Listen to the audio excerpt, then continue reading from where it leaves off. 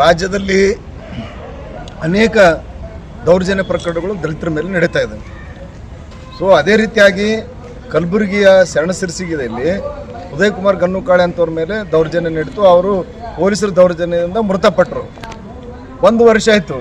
1 ವರ್ಷದ ಹಿಂದೆ ಮುಖ್ಯಮಂತ್ರಿಗಳು ಕಲಬುರಗಿಗೆ ಬಂದಾಗ ನಾವು ಹೋರಾಟ ಮಾಡ್ತೀವಿ ನಿರಂತರವಾಗಿ ಅಂತೇಳಿ ಧರಣಿ ಸತ್ಯಾಗ್ರಹ ನಡೆಸ್ತಾ ಇದ್ದಾಗ ಇಲ್ಲಿರ್ತಕ್ಕಂಥ ಶಾಸಕರು, ಉಸ್ತುವಾರಿ ಸಚಿವರು ಮತ್ತು ಪೊಲೀಸ್ ಅಧಿಕಾರಿಗಳು ಏನಂತಂದರೆ ನಾಳೆ CM ಬರ್ತಾರೆ, ವಾಪಸ್ ತೊಗೊಳ್ರಿ, ನಾವು ಸಸ್ಪೆಂಡ್ ಆರ್ಡರ್ ತರ್ತೀವಿ ಅಂತೇಳಿ ನಮಗೆ ಸುಳ್ಳು ಸಸ್ಪೆಂಡ್ ಆರ್ಡರ್ ತೋರಿಸಿ ನಮಗೆ ವಾಪಸ್ ತೆಗೆಸಿದ್ರು.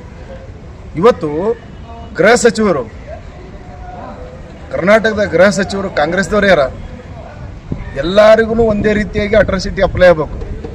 ಅದು ಬಿಟ್ಟು RR ನಗರದ ಒಬ್ಬ ಶಾಸಕ, BJP ಶಾಸಕರನ್ನ ಅಟ್ರಾಸಿಟಿ ಆಗ್ಯದ ಅಂತೇಳಿ ಒಂದೇ ದಿನದಲ್ಲಿ ಅರೆಸ್ಟ್ ಮಾಡಿ ಅವರಿಗೆ ಜೈಲಿಗೆ ಕಳಿಸಿದರು.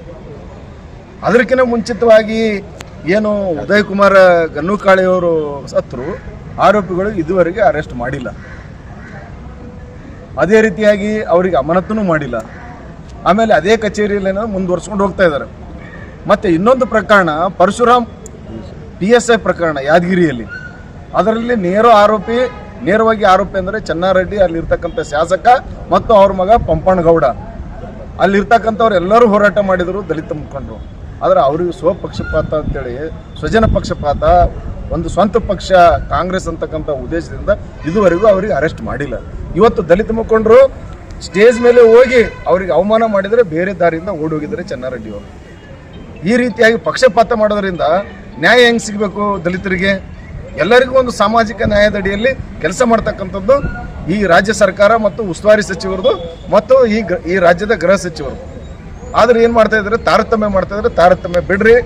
ಮತ್ತು ನಿಮಗೆ ಬಿಸಿ ಮುಡಿಸ್ತಕ್ಕಂಥ ಕೆಲಸವನ್ನು 17ನೇ ತಾರೀಕು ನಿಮಗೆ ಗೇರೋ ಮಾಡ್ತಕ್ಕಂಥ ಕೆಲಸವನ್ನು ಮಾಡಿ ಇಮಿಡಿಯೇಟ್ ಆಗಿ ಏನಂತಂದರೆ ಅವರಿಗೆ ಅರೆಸ್ಟ್ ಮಾಡಬೇಕು ಅಂತಕ್ಕಂಥದ್ದು ಇವತ್ತು ನಾವು ಪತ್ರಿಕಾ ಭವನದ ಎದುರುಗಡೆ ಮತ್ತು ಪತ್ರಿಕಾ ಭವನದ ಒಳಗಡೆ ಕೂಡ ನಾವು ಪತ್ರಿಕಾಗೋಷ್ಠಿಯನ್ನು ನಡೆಸಿ ಜಿಲ್ಲಾಡಳಿತಕ್ಕೆ ಎಚ್ಚರಿಕೆಯನ್ನು ಕೊಟ್ಟಿದ್ದೇವೆ. ನಾವು ಹೆಸರು ಅವರಿಗೆ ಅದು ಹೆಂಗಂತಂದರೆ ಮೊಲ ಮತ್ತು ಆಮೆ ಇರ್ತದಲ್ಲ, ಮೊಲ ಓಡೋಗಿಬಿಡ್ತದೆ ಫಾಸ್ಟಾಗಿ, ಆಮೆ ಮೆಲ್ಲಗೆ ಬರ್ತದೆ.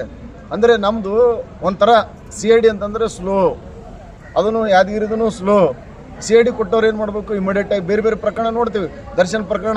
ದರ್ಶನ್ ಪ್ರಕರಣದಲ್ಲಿ ಇಮಿಡಿಯೇಟ್ ಜೈಲಿಗೆ ಹೋಗಿ ಎಷ್ಟು ತಿಂಗಳಾಯ್ತು ಈಗ. ಹಿಂಗೆ ನಮಗೊಂದು ನ್ಯಾಯ, ಬೇರೆಯವ್ರಿಗೊಂದು ನ್ಯಾಯ ಆಗಬಾರ್ದು ಅಂತಕ್ಕಂಥದ್ದು ನಮ್ಮ ಉದ್ದೇಶ. ಪಕ್ಷಪಾತ ಮಾಡಬಾರ್ದು ಅಂತಕ್ಕಂಥದ್ದು ನಮ್ಮ ಉದ್ದೇಶ.